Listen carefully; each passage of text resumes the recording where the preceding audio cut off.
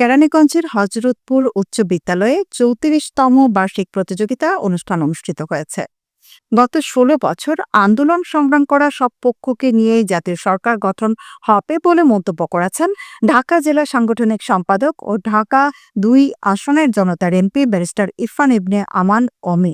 আজকের দুপুরে কেরানীগঞ্জের হযরতপুর উচ্চ বিদ্যালয়ের ৩৪তম বার্ষিক ক্রীড়া প্রতিযোগিতা ও পুরস্কার বিতরণী অনুষ্ঠানে প্রধান অতিথির বক্তব্যে তিনি একথা বলেন। অনুষ্ঠানের সভাপতিত্ব ও খেলা উদ্বোধন করেন বিএনপি চেয়ারপারসনের উপদেষ্টা আলহাজ আমানুল্লাহ আমান।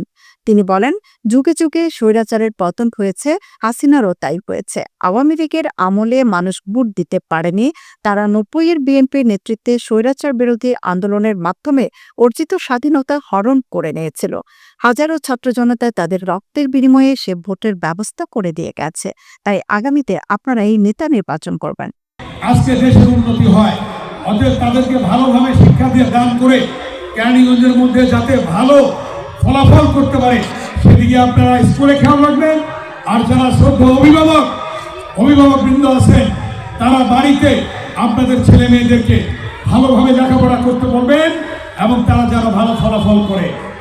স্কুলের প্রধান শিক্ষক রবীন্দ্রনাথ দাস ও সহকারী শিক্ষক জাকির হোসেনের সঞ্চালনায় অনুষ্ঠানে বিশেষ অতিথি ছিলেন কেরানীগঞ্জ মডেল উপজেলা যুবদলের সদস্য সচিব রাকিবুল ইসলাম রুবেল, জাসাসের আহ্বায়ক